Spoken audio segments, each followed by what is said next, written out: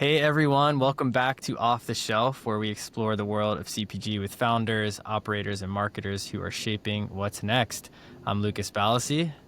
And I'm Nate Rosen. Today we're talking with Maya Ayed, founder of Alya Health. Did I get it right? I Yes, good realized job. as I saw it, I'm like, I think I get this right. They're right here.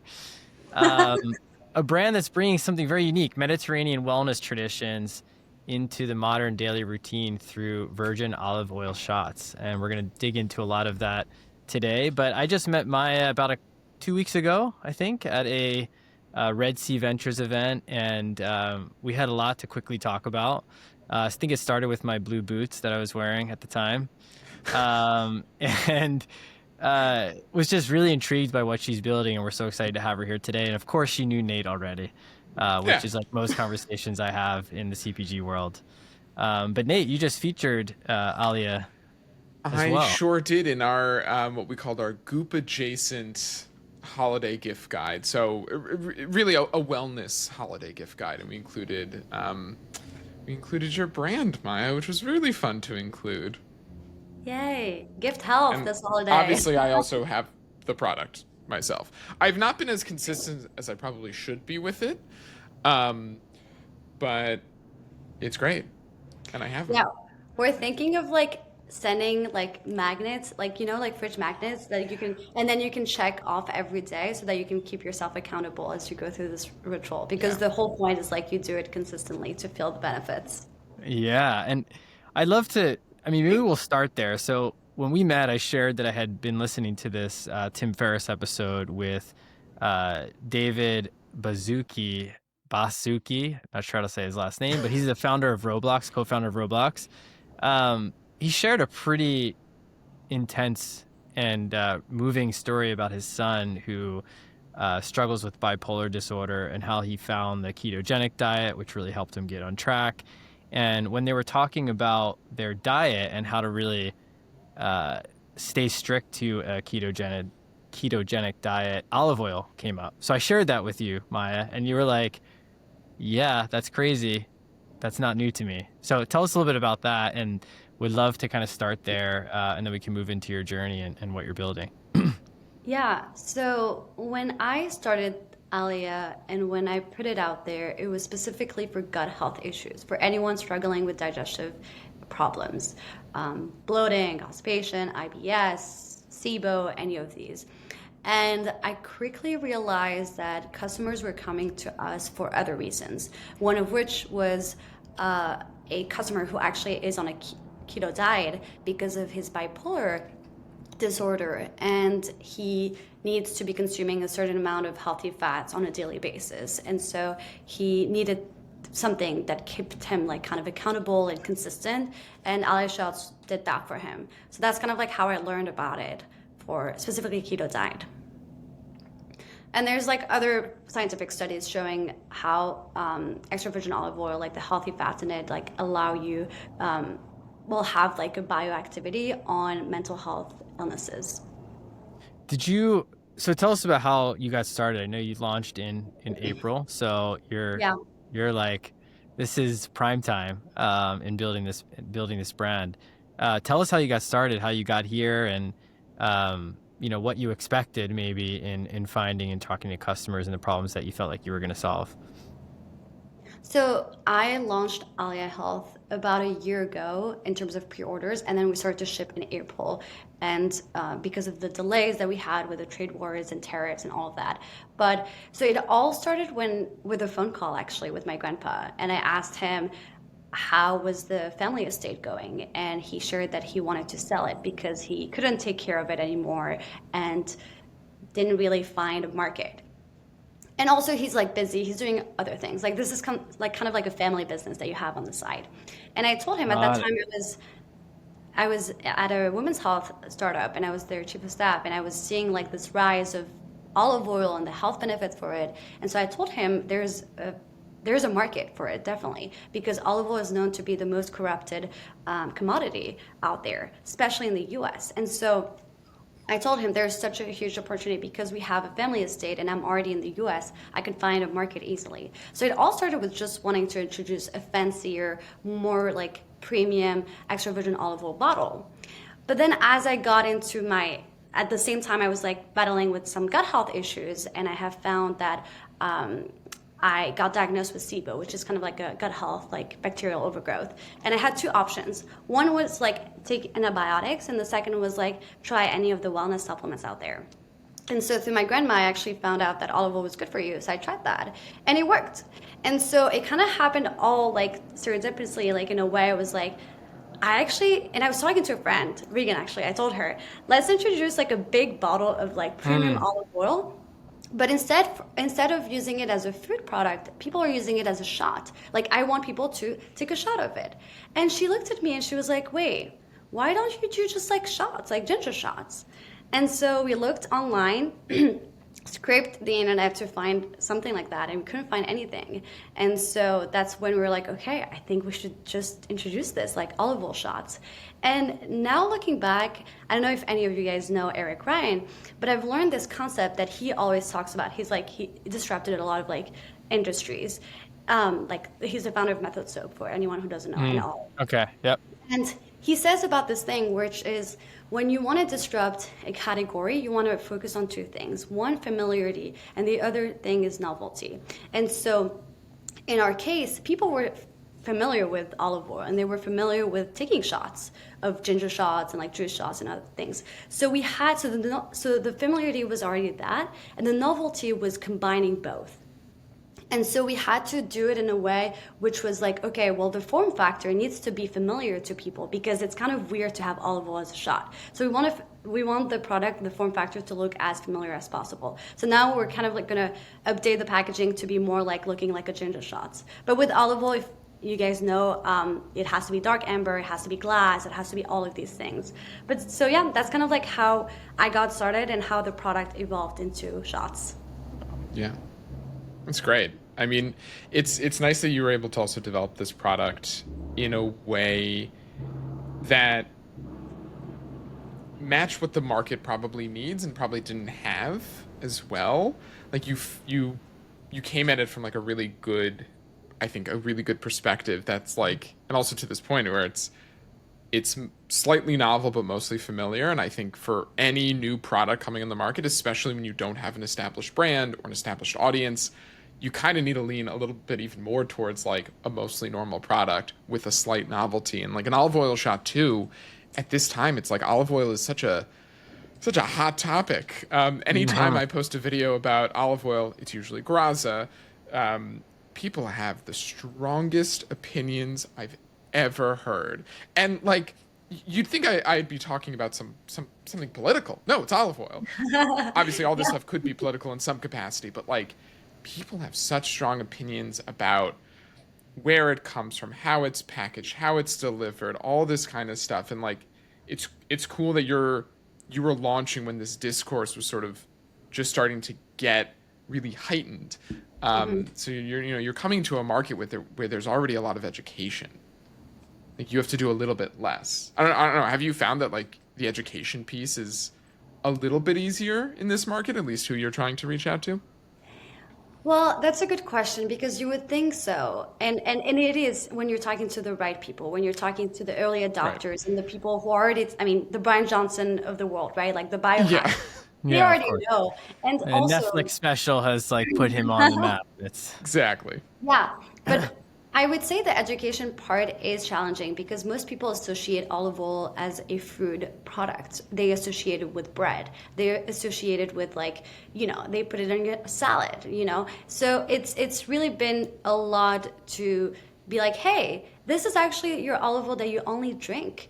And I didn't invent anything actually. Like the Mediterranean countries and blue zones have been consuming olive oil this way forever. My grandpa takes a tablespoon of olive oil every morning, and that's kind of like his ritual. And they already know about the health benefits, like the metabolic and cardiovascular health. But what I have witnessed was the most like direct issues, which was gut health, which is what people usually struggle with.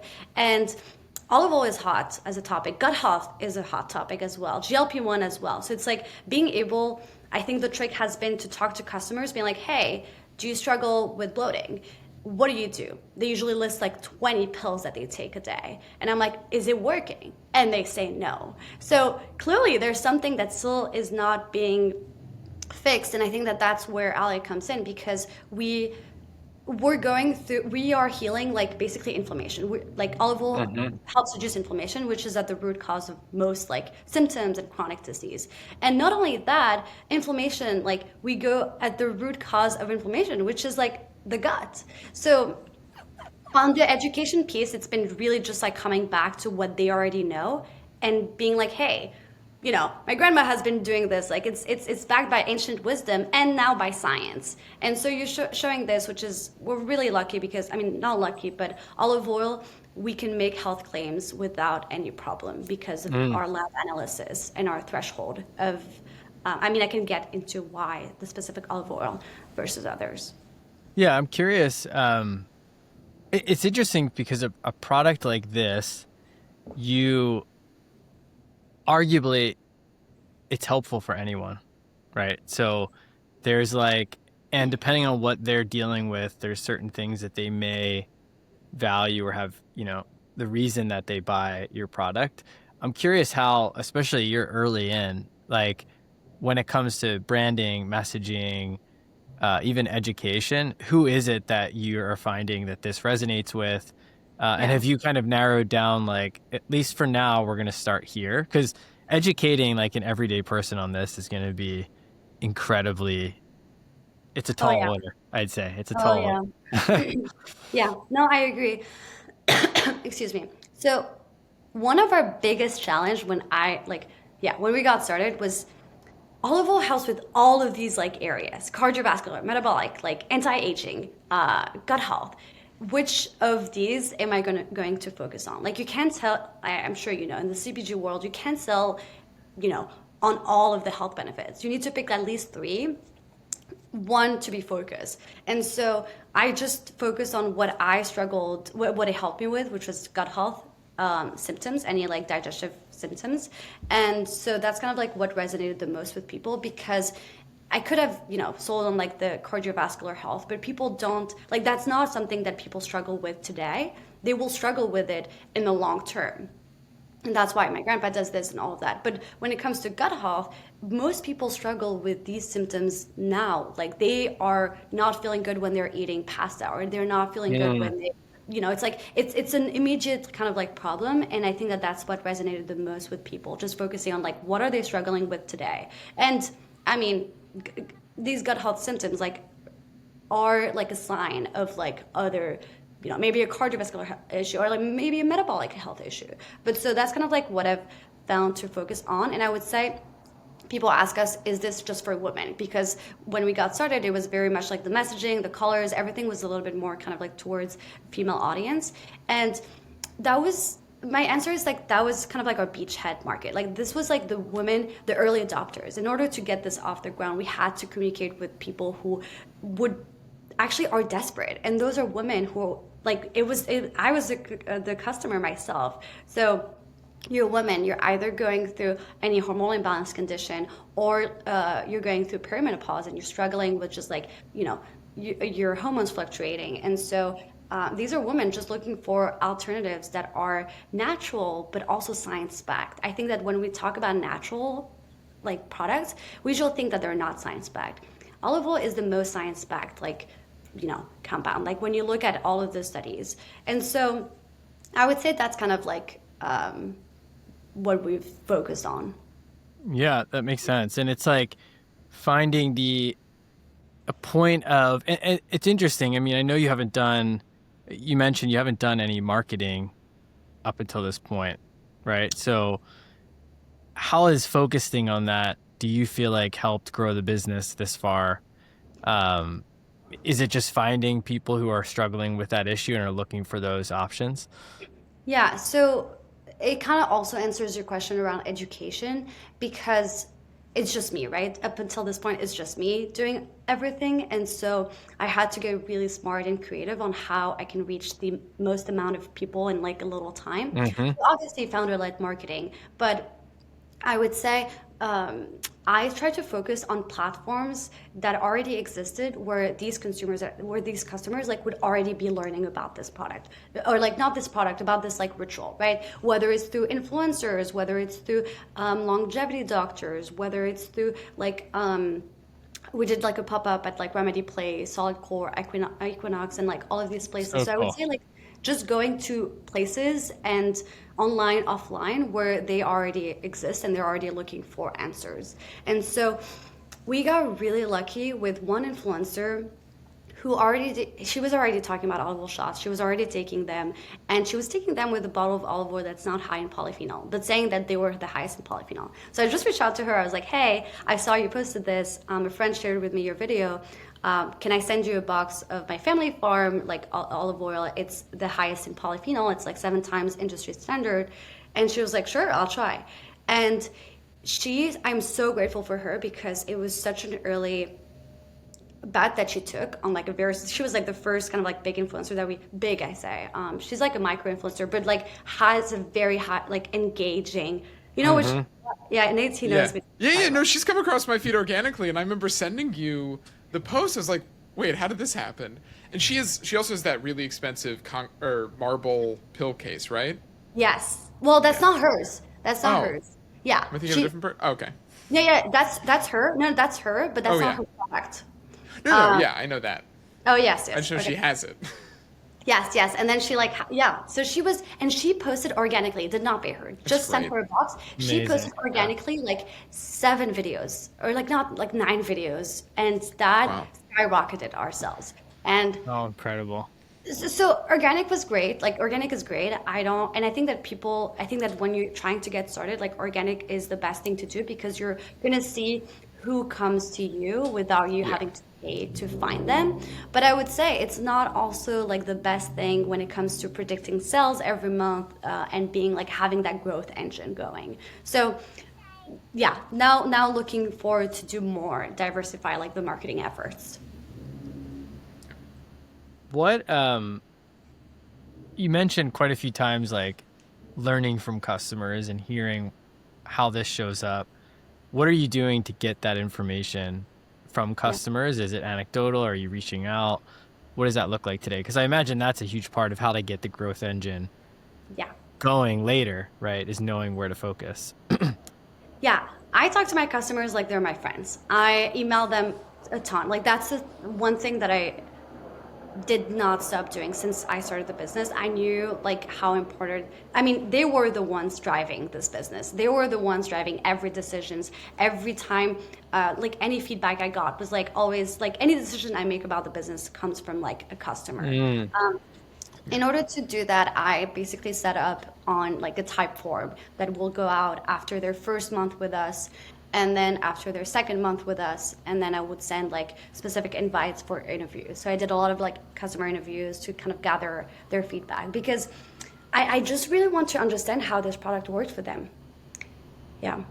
But it Yeah. was the best thing I did because when we ran into delays, when we ran into broken shipments, I was the one emailing them, be like, hey, I'm Maya, the founder of Alya, and this is like, I remember I literally wrote, like, I would talk to them as friends. I would be like, this is every business owner's like nightmare. Like, I'm so sorry this happened. Like, I will send you another box. Like, and it was just like being very open and like communicative. And at first, I did do a mistake at first when we ran into the shipment delays, and with the trade wars, the like shipments were not getting to the US like on time. And so I was like scared to tell them, hey, like your shipment is going to be delayed. And then some of them, like one of them was like, hey, like, is this a scam?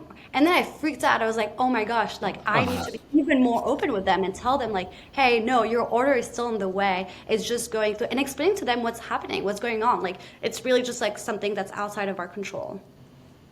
How does it feel to, I mean, this is your, from what I know, this is your first time building a brand, building a business like this. That comes with a lot of pressure, but probably a ton of satisfaction in those interactions. Tell us a little bit about that transition. Like, you're hearing every day how this is impacting people's lives, but then you're also on the front lines of managing some of these challenges that you're dealing with, and how you've kind of handled that. Do you mean like challenges? Like how do I just handle Yeah, challenges? I mean, this is a big. I'm always, Nate and I talk to folks like yourself quite a bit, and Yeah. we talk about. I think we were saying in our last episode, like it's a huge leap to take on this sort of journey. It's there's a ton of things that are going to pop up. It requires your full energy and commitment, but then you're also on the front lines of getting this off the ground, dealing with customers, and so I'd love to just hear about that transition and what that's looked like jumping into this brand. I think the question that I asked myself was like, if someone else comes out with this product, how would I feel? How would I feel? Like, would I like feel regret? Would I feel like envy? Would I? And honestly, I just knew I had to do it. I just like it's having the like we control the supply chain. We control a very high, unique like variety of olives. It's like extremely medicinal. I have this experience coming from Tunisia, knowing what heals, like growing up, eating fresh and seasonal foods. And like I've always known that I wanted to build my own thing. I just didn't know what specifically. I knew in health. And so that's why I went and worked in the startup world of like women's health and was kind of like a chief of staff and head of marketing in this early stage startup. And so I've always I live so far away from my home, and I knew that I wanted to do something that was like way that was very challenging. And that's kind of like I always say, honestly, this year has been the hardest year of my entire life, and somehow it's still the best, which is so insane. Yeah, And I think that's that's the kind of like that's a testament of like, oh, I think I'm doing something that I do like, and something that I need to work on is like doing it more with joy. I feel like I always stress about like all of these shipments and issues that comes with like with CPG. I worked in tech, and I when I started in CPG, I was like, oh, this will be easy. This will be like this is not like tech. Tech is like hard. I swear to you, CPG is perhaps even harder than tech because you're dealing with when you have a tech issue, at least you can go in at the moment and fix it. When you're dealing with the product issue, you can't. It's physical. You have to get to the warehouse. You have to like it's like you do like things that you can't really control. And I think that that's something that I've learned the hard way, honestly. But I love it, and I think that this. Look, if this has healed me, has healed all of the customers we've had this past year, like there's tons of studies showing it, why shouldn't it exist? Now that we have a competitor as well, like it's just like there's a validation of market, like it's just now or never. Like speed and execution is just the answers. Yeah. Right. Do you feel that it's a little helpful having a competitor on the market to sort of just establish it a little bit more as like a subset of either the wellness category, the olive oil category? Because like I kind of think like Olipop really wouldn't exist without Poppy, for example. Like they kind of need each other to establish that category. Oh, 100%. I no, I was happy when I saw that coming because I have been the only one out there for the past year, like yelling, "Hey, like olive oil shots is gonna be a thing," And it's like people are looking at me still like I have three heads. Like you're crazy. What are you talking about? Drinking olive oil? Drinking oil?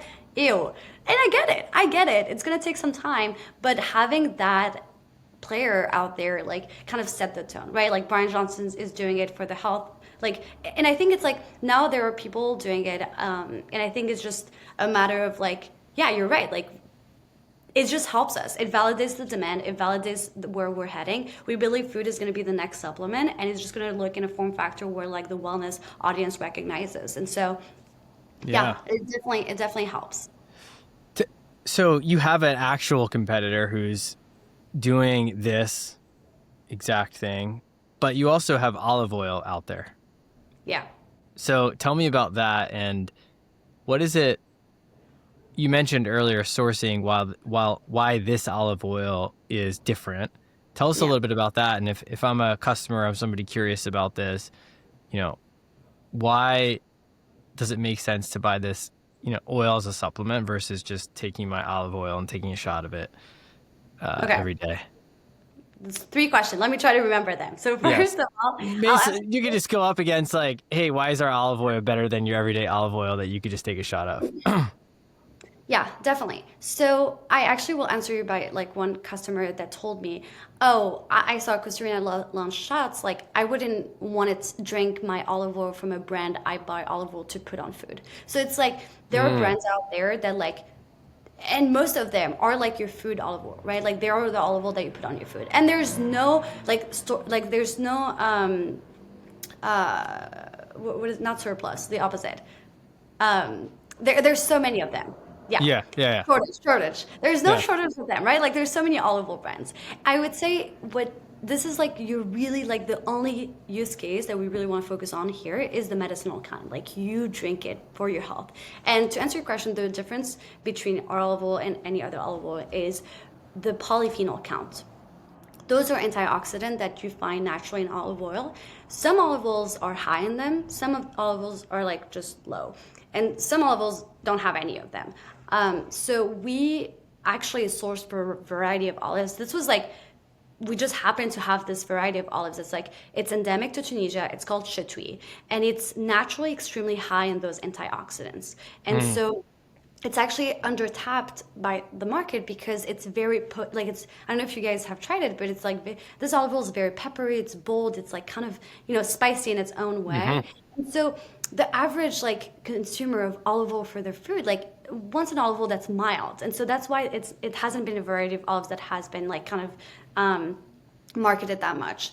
And so when we look at the when we got it analyzed to like the we sent it to the World Olive Center in Greece, and they send us back and they say like, hey, you have X amount of polyphenols. It says like you have exceeded the threshold, and you can say that your olive oil helps reduce oxidative stress by 30%, whatever. And so we source, so to answer your question, we source for a very medicinal kind that's even higher than any olive oil brands that is accessible to you on the US market right now.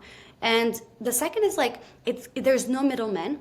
It comes from my family farm, so we're able to really get it super fresh. So when you get it to Mm. the US, like it's been harvested like maybe like maximum 3 or 4 weeks ago, which is insane. Because usually you have like so many steps to get the product in hand. So yeah, we really make sure that it's your olive oil that's we have some customers that come to us and they're like, hey, this has replaced like my entire supplement stack. Maybe I just take vitamin D now. Wow. And so yeah, we do position it as a premium. It's like it's your health ritual. It's like your Mediterranean diet in a shot. And so we want to. The difference is that that's kind of like the brand story. The not only the brand story, but also like the quality of it. We position it as a medicine. Your you said your grandfather, was that who you were Yes. talking about earlier? Mhm. Tell us a little bit about that. It sounds like I kind of put some pieces together, but he was doing something on the side. Hey, let me get involved in the family biz. Tell us a little bit about your family history there. And when you say you're producing this and you're cutting out the middleman, what does that actually look like? And how does your family story play a role here?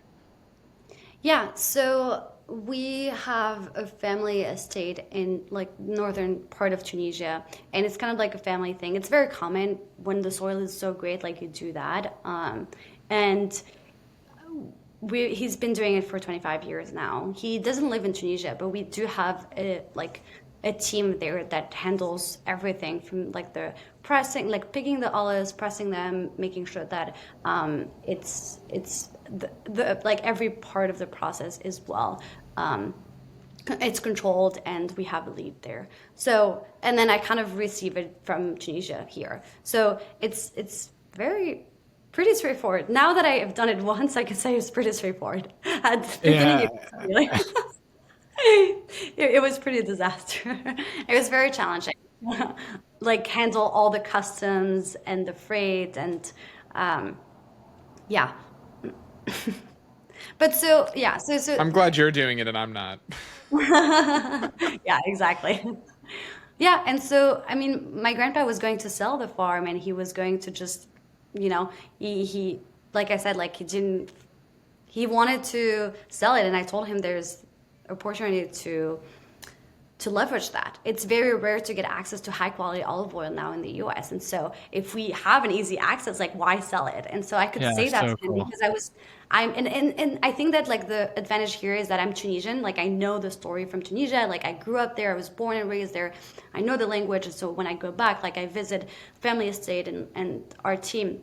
But also the insight that I have is that I've worked in the industry before. Like I've worked in women's health, I've worked in like startups, and I've done my research, and also I'm a customer. Like I've struggled with this, but I've struggled with this like, and knowing what I know from Tunisia and like how people feel good in Tunisia. People in Tunisia like don't struggle with gut health issues, like, and people in Europe as well. And I think that there's something to be said about like, Yeah. okay, what's the next wave of consumer products to be introduced here? I mean, it's so cool to see those two worlds come together for you. Do you work with family at this point then, or is They're our he supplier. kind of stepped yeah, he's just running it to help you? Yes, yes. He's just, I mean, they work as my supplier, basically. Yes, yeah, makes sense. Amazing. Very cool. What's next? I mean, Yeah. you're in the thick of it now. It sounds like everything in terms of how this business operates, like those things have all been smoothed out. You've got a lot of momentum. What do you see 2026 looking like? Where are you focusing? Yeah, I mean, I always talk about this past year as like our beta test year because everything we've done like very scrappy, all organic, all by myself. I think 2026 is about bringing some people on board, especially to help on the ops side, start to invest in some marketing. Our everyone is on the roadmap for this year, which is going to be another, even though retail is not our focus, Exciting. everyone is like it's another platform where our consumers like shop Yeah. there and are looking for these kind of products. And then yeah, trying to build a robust like kind of D2C engine because that's our focus. Yeah, I would say that's our main kind of like goal, and then keep on kind of having those like influencers and affiliate flywheel. Maybe gift Sofia Vergara the product since she follows us. So Yeah. So cool. Amazing. That's really Well, cool. I mean, I love I think if anything, for anyone, this strategy, because I even believe that brands who are much more established miss this kind of hidden gem that you've pulled out of finding customers where they are already and showing up there, which I think is so incredible. And you're doing it from a place of need, I'll say, of just like, this is how we got to build this thing. But I think we talk to brands every day who are much further down the line and they miss that piece of like, we're gonna go create a forum on our website, or we're going to go, and it's all like inwardly focused versus who is our customer, where are they, and how do we actually show up in the place that matters to them. So I love yeah, that. And I think it's incredibly important, especially in this space of wellness where you have people turning to depending on who they are, like Facebook groups are probably incredibly helpful for a product like this, where people are just talking about their issues and they're looking for yeah. solutions, and Reddit, and No, you're so um, right. I mean, I think honestly, and this is, you guys have heard this word so many times in the CPG world, but community is like honestly, and that's kind of like our goal for next like 2026 is like actually build that community like offline. I kind of want to start like getting more serious about like bringing. I mean, we have customers all over the country, but I want to start bringing those people because it's less about the product in itself, it's more about the mission, right? Like mhm. we are on a mission to help individuals like heal through like these powerful natural yet science-backed compounds. And so it's like how can you leverage things and kind of educate each other on like what's working, what's not. I just don't think it's normal with all of the consumer products out there. People are still struggling with their health, people are still like not feeling their best. And so it's like, okay, well, so that's kind of like I think something I'm excited about is like how can we kind of like build a community, and how can I um, yeah, host more events, to do things like that can get them together. Um, Do you have a yeah, referral program yet? yeah. Yes, you Actually, do. thanks to Okay. Redeem, my Yeah. besties. Yeah. Plug. Beautiful. That's perfect. Building community with a platform like that, referrals are amazing. Yeah. Yeah, Awesome. we Well, are. Maya, Oh, go ahead. Yep. No, I was just gonna say, I started referrals because I had some consumers on that type form being like, "Hey, would love to have a referral like program like set up." And so I was like, "Oh, I guess I'd I'm love gonna to do tell my friend, but if I could get some free stuff, I'll tell them. that." I was like, "Sure, I guess if that's what you get." So that's Yeah, okay. it's It's so amazing. funny because that has been like the scrappy way. It's like they're telling me like they want this. I'm like, "Okay, let's do it." Yeah, love that. Yeah. Well, thanks so much for joining us. This was awesome. Where can people find you? How can they follow along? Yeah, this was fun. I people can find me on LinkedIn, Maya Ayed, or also the Alya Health brand. We have a LinkedIn, but we're more active on Instagram and TikTok. So Instagram is at Drink Alya and or Maya from Tunisia, and then TikTok is the same. Amazing. Amazing. Yeah. Thank you. Thanks for Thank you so joining much. us. Yeah, thank you for having me. We Bye can see you. guys. All right. Thank you. Bye. Well, we're going to try something new to end today's episode that we'll be doing going forward. We're going to be sharing um, some of the latest headlines in CPG from the last couple of weeks and just share what we're seeing. So, Nate's going to take you through some of the top items there. I will say before we close out today, we're excited to share that the podcast is officially a podcast. Hell So it's a yeah. live podcast and then it's recorded and you can all check it out later. So if you search Off the Shelf on anywhere you get a podcast, you'll see that we're there. We have the first episode up, but we're going to be adding the rest of these episodes over the next few weeks. So excited to share that and looking forward to seeing that go live. But let's take it back to Nate now with the top headlines in CPG. What do we got? Oh my God. Honestly, there's always a lot of things happening. I think some of the more interesting stuff is a little bit more about some of the marketplaces and whatnot. Like Bath and Body Works is launching on Amazon in early 2026. The retailer is going to start with just a few products and then sort of expand from there. And one of the things that they were mentioning in their press release and like why they're doing this is that there's this, I think they called it a gray market, like tens of millions of dollars they're losing annually on Amazon, and other brands are too, by basically having resellers go on there and Mm, sell their product under, honestly, even under their name. So like part of this is just to take control of their brand where other people are already buying it.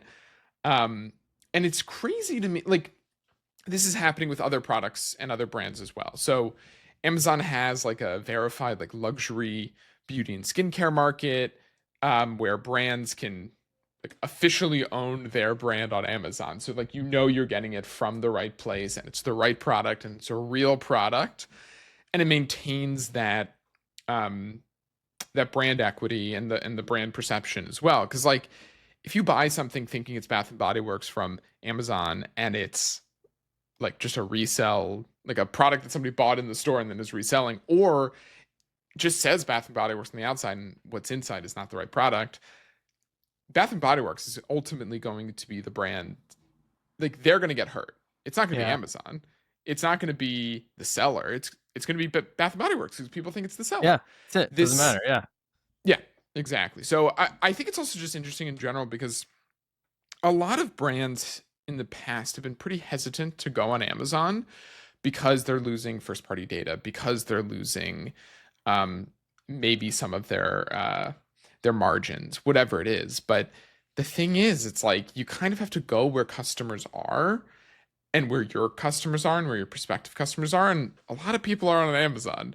Um, and people want to shop on Amazon. And like, look, I even want to shop on Amazon a It's lot of the yeah, times. it's incredible. I think it's just such a signal of what it means to exist as a brand in 2025. In that Yeah. article that you shared, they're talking about 60 to 80 million dollars in gray market sales Yeah. and how this idea of It's reigniting the crazy. brand. But he also talks about testing and learning and building ratings and reviews, which Yeah. ultimately, we've talked about this multiple times on this podcast, but that's just data that doesn't exist online from real customers that's going to ultimately drive people to their local store.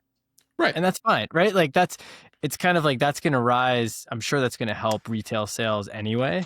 Um, but not being there is just going to erode the brand over time. So super A interesting. 100%. And you kind of need to build this ecosystem for your brand. Like you need your own websites, even if nobody's shopping on your site. Like we've talked about this before, and even if there are very low sales numbers on your site, you should own your site because Hmm. it's a great place for education, it's a great place for testing with a smaller audience, a more dedicated audience, whatever it is. Like you need that, but you also need to be, depending on your brand and your brand needs and the brand marketing positioning, like you should be on other marketplaces and trying to own those marketplaces as well. Just like you want to be in a retail, you want to be on Amazon. And now Yeah. Target and Walmart all have their own like third-party marketplaces and He, all that kind of stuff. yeah, it's fascinating because they're calling it a consumer first formula. And being on digital is a way, and winning on Amazon is a way to always be in the path of the consumer. Super Right. interesting language here. And I love this one day Yeah. because this is it. And if you're Bed Bath & Beyond, if you're not a Bath and Body Works and you're a D2C brand, or you're a brand who's kind of growing up in Whole Foods, this is the same relevance to you. I mean, Right. this is It's just the worth way that people exploring. shop. Yeah. Yeah. It's worth exploring the channel because like if you are saying you're a brand for everybody and you want to grow, well, you should be where everybody is as And well. people start on Amazon when they go to search for these Yeah. sorts of products. I mean, this is a search Oh my channel. God. Yeah. I mean, I think even like Stiller's is a good example. Like their probably main distribution channel right now is Amazon, despite having a beautiful site and being in some stores around the city. Like they want to make it also convenient. You want to make it convenient for somebody to buy your product. Yep. That's it. It's very interesting. But I Love like it. it's consumer first from the mindset of being consumer first. Um, Obviously there's other things at play here, but I think it's great.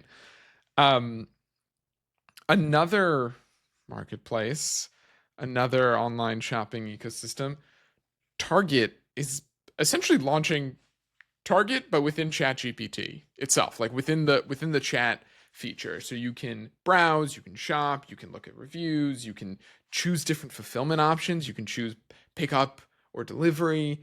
Um, and it's very interesting because like we are moving in this um chat bot like world, this chat GPT world. I mean Claude and Anthropic and all those, Mhm. like sure, those two, but chat GPT right now is OpenAI is really the market leader. And um we're starting to see, I think even Adobe, they're releasing some of their holiday shopping trends, and AI search is one of them. So might as well just be where people already are and just skip a couple steps. And just You have know them what do it is within the chat.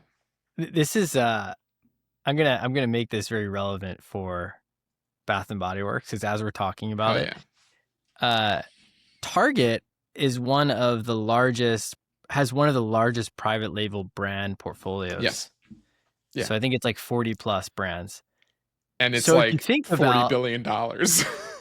and if you think about what they're doing, it's becomes very obvious. Those products right now exist in a silo of Target Mm-hmm. and Target retail stores. Yeah. So if you don't invest here, there's just a completely missed opportunity, which to be honest, I have to guess that there's a huge portion of customers who have no idea these are Target brands. They just buy them. No. Clothes, soap, all of this stuff. So this is a huge play, not only for AI search, but also like as a brand. I mean, they're just making Yeah. it clear that like this is our portfolio. We want to get it as close as we can to customers and where they are. I mean, this is actually a great follow-up to what we just talked about with Maya in a different way. I mean, this is like, where are our customers and Right. where, do we need to be? Yeah. And like all this, now there's GEO, generative Engine engine optimization. Yeah. optimization. Yeah. So it's really interesting. I think it's a bit dystopian, but also like if people are using it and want to use it, I don't know, what am I gonna say?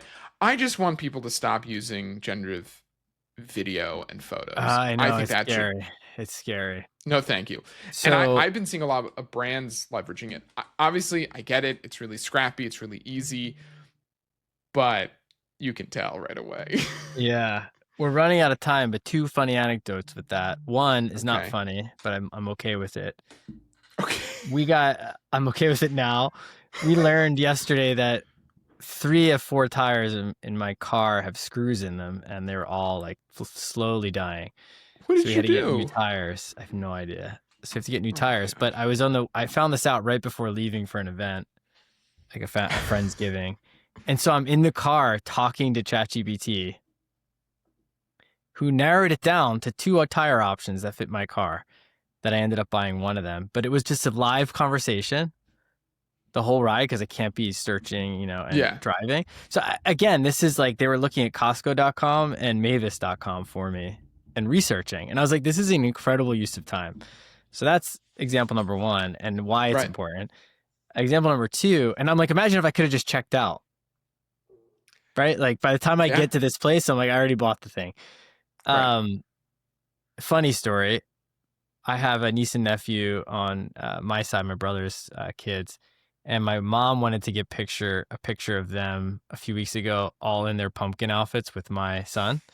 So Hmm. I made a little Claude mock-up quickly. And Yeah. then this weekend, my mother-in-law is like, "Oh, I love that picture of the 3 of them in their pumpkin Oh. outfits." And I'm like, "Huh? Wait, tell me about this picture." My mom posted it on Facebook. God damn it. And I'm like, this is an AI photo. Now, granted, it is them, but they're in like this beautiful leafy fall forest. And I'm like, this is not real. I feel so weird about it. But this Oh is my AI. God. This is AI. Um, Yeah. so I'm with you. It's weird. Yeah. I have other opinions, but that could be another long discussion. Yes, yes. Um, the other story, there's so many good stories. You can subscribe to my newsletter, Express Checkout, for all of them. But this one I actually think is really fun. So Quince, which is the affordable like luxury at cost retailer brand, I guess you can call it. They are launching. They have every other category of luxury goods. They have bath towels. They have cashmere sweaters. They have Apple Watch bands. They have luggage. Now they are launching gourmet food. So they're doing dom. They're doing truffles. They're doing caviar, not caviar. Yeah, caviar. Caviar, the stuff from fish. They're doing caviar. It's now they have everything. So I'm curious because So like interesting. they mentioned like Dom Perignon. They.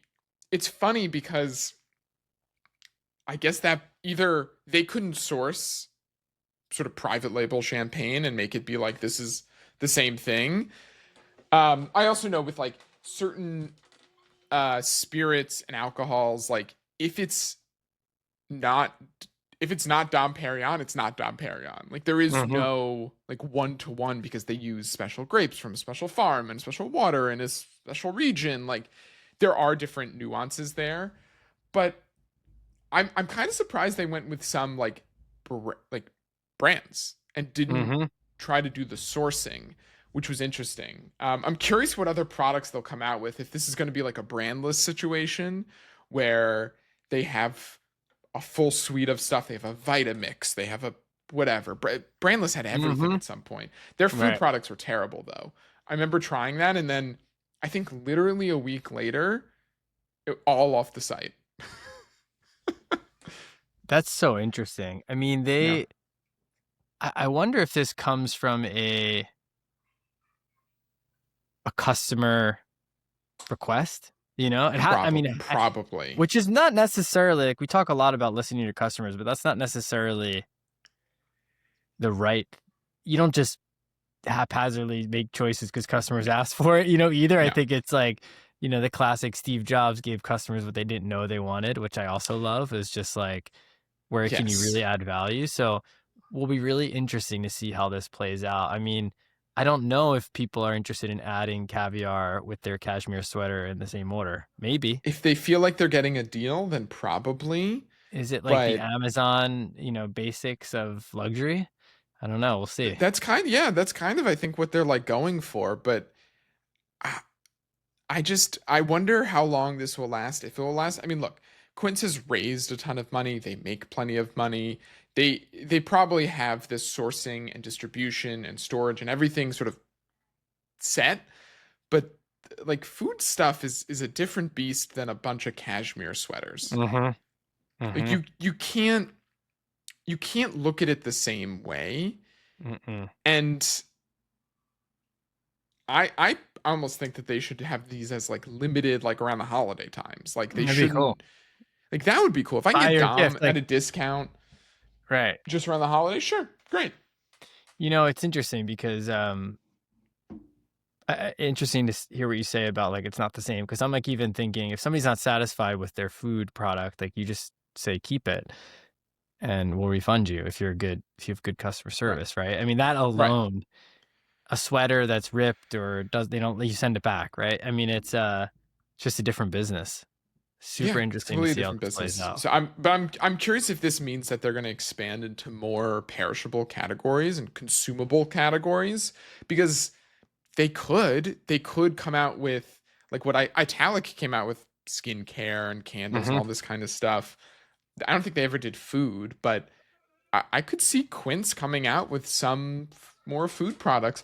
I think especially if they stick to like leaning into like higher end spirits or other sort of food products, like could do well. Yeah. But I'm like it's I want to see what they do with it, and I want to see if they lean into doing it as the luxury brand names, which defeats the purpose of Quince. Like then you're paying for the brand, which defeats Yeah. the purpose Right. of that Completely misses platform. yeah, 100%.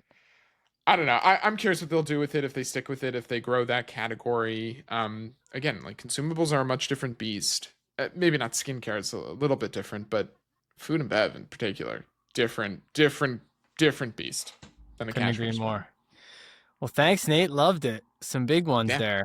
Um, Another good episode. We'll see you for the I last think so. episode of the year in a couple of weeks. Well, But thanks for listening in. And Nate, we don't do this, but we're gonna do it now. Where can people find you, Nate? oh my God, people can find me on LinkedIn, just Nate Rosen. You can find me on Twitter at Rosenzone. Um, on Instagram at Express Checkout. On TikTok at Nate period Rosen. I think if you search Nate Rosen, I show up there. And then I have a podcast, another podcast, The Curious Consumer. You can find that wherever you find podcasts. Beautiful. And I'll keep it. I think I'm the same handle everywhere at Lucas J. Balassi. Good for you. Find me on LinkedIn. And then my agency, Barrel, at barrelny.com.